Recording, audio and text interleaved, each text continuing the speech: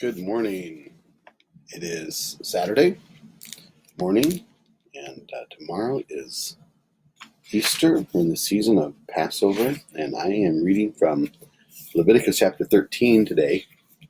It's a long chapter, and we'll just read it as it is, and maybe if we don't get through the whole thing today, we don't get through the whole thing today.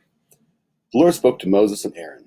When a person has a swelling scab or spot on the skin of his body, and it becomes a disease on the skin of his body, he is to be brought to Aaron the priest, or to one of his sons, the priests. The priest will examine the infection on the skin of his body. If the hair in the infection has turned white, and the infection appears to be deeper than the skin of his body, it is a skin disease. And the priest examines him, he must pronounce him unclean. But if the spot on the body of his... Oh, it keeps flipping out here, my computer. Let me see. Good morning, Stephanie. I think I'm having some video problems. Do you think, is it buffering over there on your end, Stephanie or Susan? Just let me know. After the priest examines him, he must pronounce him unclean. But if the spot of the skin of his body is white and does not appear to be deeper than the skin, and the hair in it has not turned white, the priest must quarantine the affected person for 7 days. Well, that's a word we know now, don't we? The priest will then examine him. Great, thank you, Stephanie. On the 7th day, if he sees that the infection remains unchanged and does not spread on the skin, the priest must quarantine him for another 7 days. The priest will examine him again on the 7th day. If the infection has faded and is not spread on the skin, the priest is to pronounce him clean. It is a scab. The person is to wash his clothes and will become clean. But if the scab spreads further on his skin after he has presented himself to the priest for his cleansing, he must present himself again to the priest. The priest will examine him, and if the scab has spread on the skin, then the priest must pronounce him unclean. He has a skin disease. When a skin disease develops on a person, he is to be brought to the priest. The priest will examine him. If there is white swelling on the skin that has turned the hair white, and there is a patch of raw flesh in the swelling, it is a chronic disease on the skin of his body, and the priest must pronounce him unclean. He need not quarantine him, for he is unclean. But if the skin disease breaks out all over the skin, so that it covers all the skin of the infected person from his head to his feet, so far as the priest can see, the priest will look, and if the skin disease has covered the entire body, he is to pronounce the infected person clean. Since he has turned totally white, he is clean. But wherever the raw flesh appears on him, he will be unclean. When the priest examines the raw flesh, he must pronounce him unclean. Raw flesh is unclean. It is a skin disease. But if the raw flesh changes and turns white, he must go to the priest. The priest will examine him, and if the infection has turned white, the priest must pronounce the infected person clean. He is clean. So far, we are about a quarter way. When a boil appears on the skin of one's body and it heals, and a white swelling or a reddish white spot develops where the boil was, the person must present himself to the priest. The priest will make an examination, and if the spot seems to be beneath the skin and the hair in it has turned white, the priest must pronounce him unclean. It is a skin disease that has broken out in a boil. When the priest examines it, if there is no white hair in it, and it is not beneath the skin but is faded, the priest must quarantine him 7 days. If it spread further on the skin, the priest must pronounce him unclean. It is an infection. But if the spot remains where it is and does not spread, it is only the scar from the boil. The priest is to pronounce him clean. When there is a burn on the skin of one's body produced by fire, and the patch made raw by the burn becomes reddish white or white, the priest is to examine it. If the hair in the spot has turned white and the spot appears to be deeper than the skin, it is a skin disease that has broken out in the burn. The priest must pronounce him unclean. It is a skin disease. When the priest examines it, if there is no white hair in the spot, it is not beneath the skin but is faded, the priest must quarantine him 7 days. The priest will examine him on the 7th day. It has spread further on the skin. The priest must pronounce him unclean. It is a skin disease. But if the spot has remained where it was and not spread on the skin but is faded, if the swelling from the burn, the priest is to pronounce him clean, for it is only a scar from the burn. When a man or woman has an infection on the head or chin, the priest must examine the infection. It appears to be deeper If it appears to be deeper than skin, and the hair in it is yellow and sparse, the priest must pronounce the person unclean. It is a scaly outbreak, a skin disease of the head or chin. When the priest examines the scaly infection, if it does not appear to be deeper than the skin, and there is no black hair in it, the priest must quarantine the person with the scaly infection for 7 days. The priest will re-examine the infection on the 7th day. If the scaly outbreak has not spread and there is no yellow hair in it, and does not appear to be deeper than the skin, the person must shave himself, but not shave the scaly area. Then the priest must quarantine the person who has a scaly outbreak for another 7 days. The priest will examine the scaly outbreak on the 7th day. And if it is not spread on the skin and does not appear to be deeper than the skin, the priest is to pronounce the person clean. He is to wash his clothes and he will be clean. But if the scaly outbreak spreads further on the skin after his cleansing, the priest is to examine the person. If the scaly outbreak has spread on his skin, the priest does not need to look for yellow hair. The person is unclean. But if, as far as he can see, the scaly outbreak remains unchanged and black hair has grown in it, then it is healed. He is clean. The priest will pronounce the person clean. When a man or woman has white spots on the skin of his body, the priest is to make an examination. If the spots on the skin of the body are dull white, it is only a rash that is broken out on the skin. The person is clean. If a man loses the hair on his head, he is bald, but he is clean. Or if he loses the hair at his head, at his hairline, he is bald on his forehead, but he is clean. See, I am clean, everyone. In case everyone is wondering, I am clean. But if there's a reddish white infection on the bald head or forehead, it is a skin disease breaking out on the head or forehead. The priest is to examine him, and if the swelling of the infection on the bald head or forehead is reddish white, like the appearance of a skin disease on his body, that man is afflicted with a skin disease, he is unclean. The priest must pronounce him unclean in the infection on his head. The person afflicted with an infectious skin disease is to have his clothes torn and his hair hanging loose, and he must cover his mouth and cry out, "Unclean! Unclean!" He will remain unclean as long as he has the infection. He is unclean. He must live alone in a place outside the camp. This is a sad story.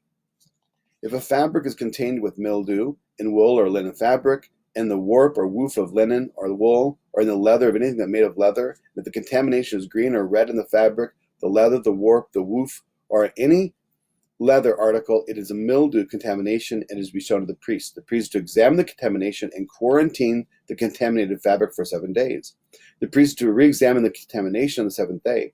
If it has spread in the fabric, the warp, the woof, or the leather, regardless of how it is used, the contamination is harmful mildew, it is unclean. He is to burn the fabric, the warp or woof, or in wool or linen, or any leather article which is contaminated.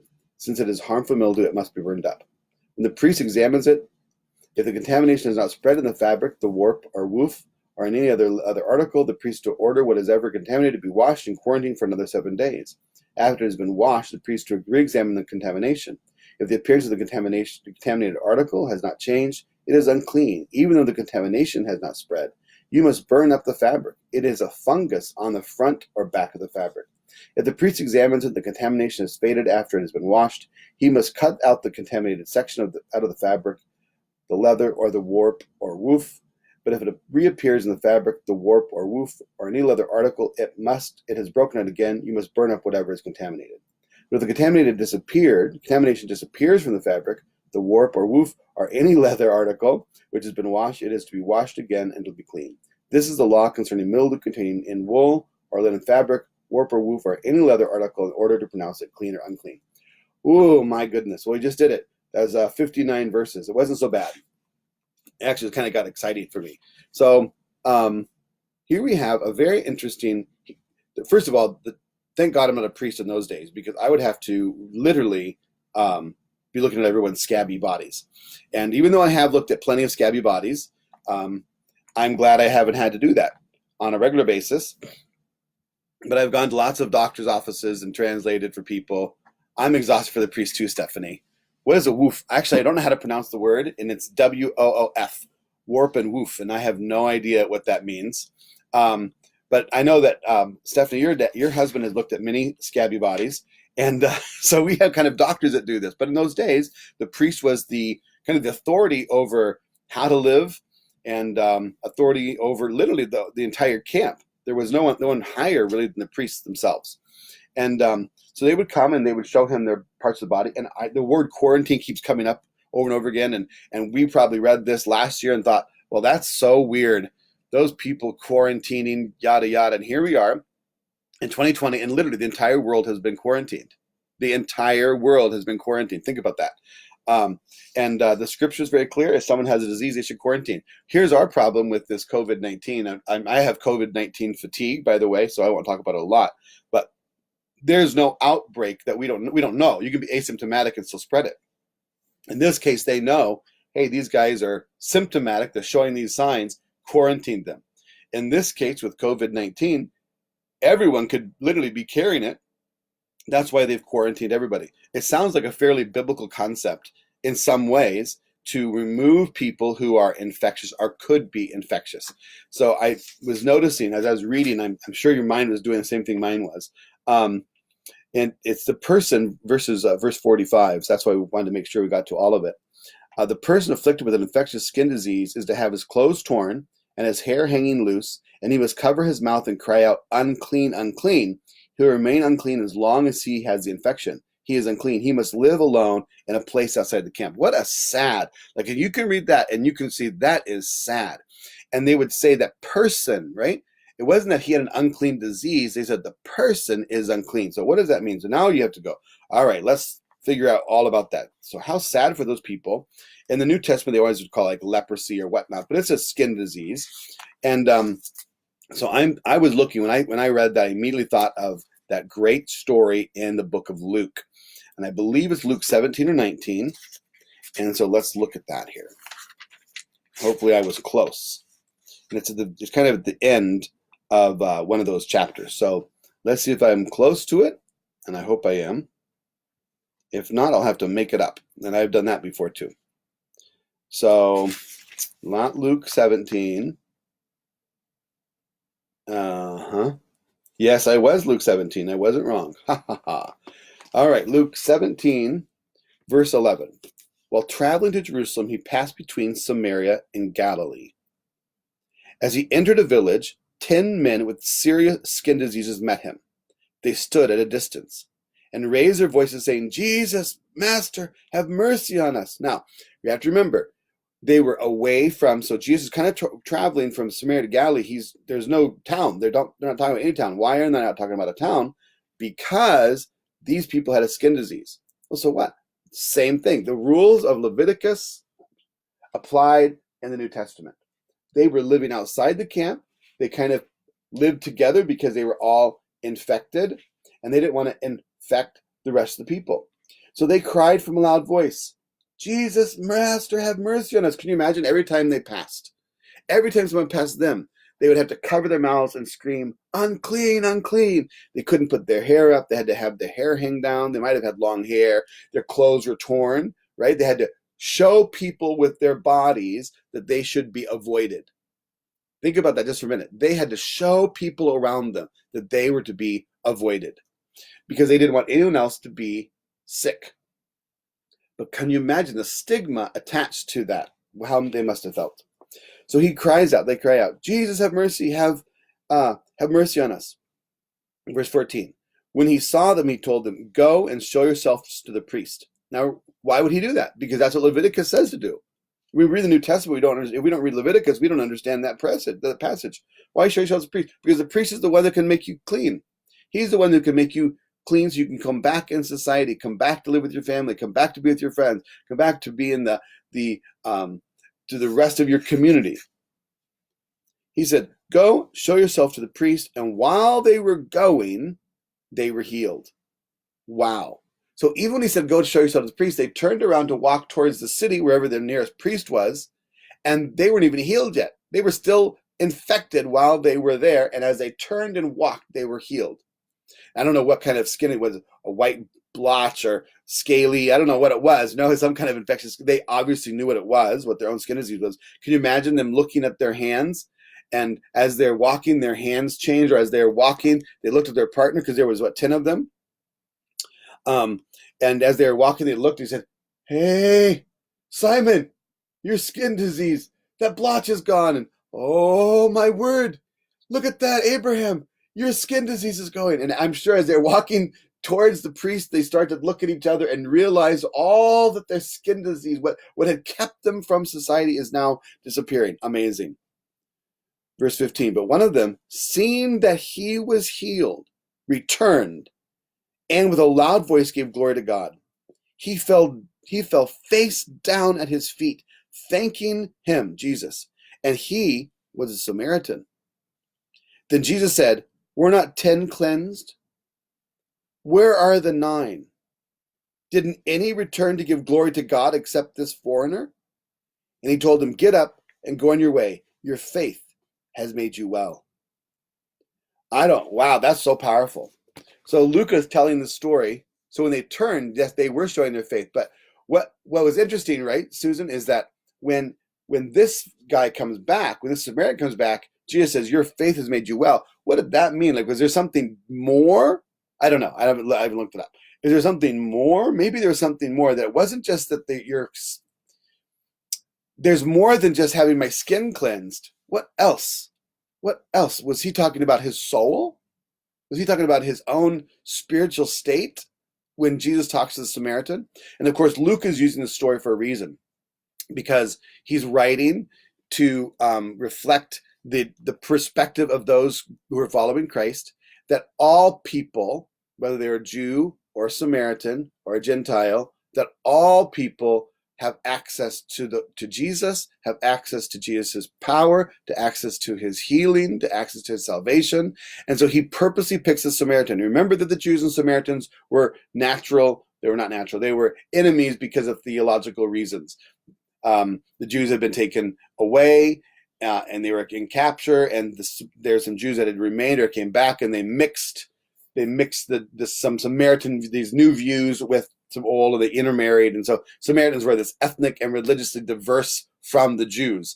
And so the Jews, the Jews hated the Samaritans, and the Samaritans hated the Jews. And so here, in this case, they're all 10 of these guys, even though they were Jews and Samaritan, and one Samaritan, they're mixed together. They were commiserating, probably the best word, in their own pain. They talked and they fellowshiped because that's all they had. And so it was the 9 Jews went to the priest, and the one man, the one Samaritan, the one that was despised, rejected, hated, he turns and comes back to Jesus. Right? That's so significant. And so when you read through Leviticus, that always pops into my mind that Jesus healed the lepers, and especially this one leper, the Samaritan, rejected, stigmatized, hair long, clothes ripped, skin disease, religiously diverse, ethnically diverse, hated, and Jesus heals him. So I want to let you know that Jesus also is still crying out and calling. No matter who you are, he loves you, he can heal you, he wants to make you well. That's reassurance for us. And then I want to flip it.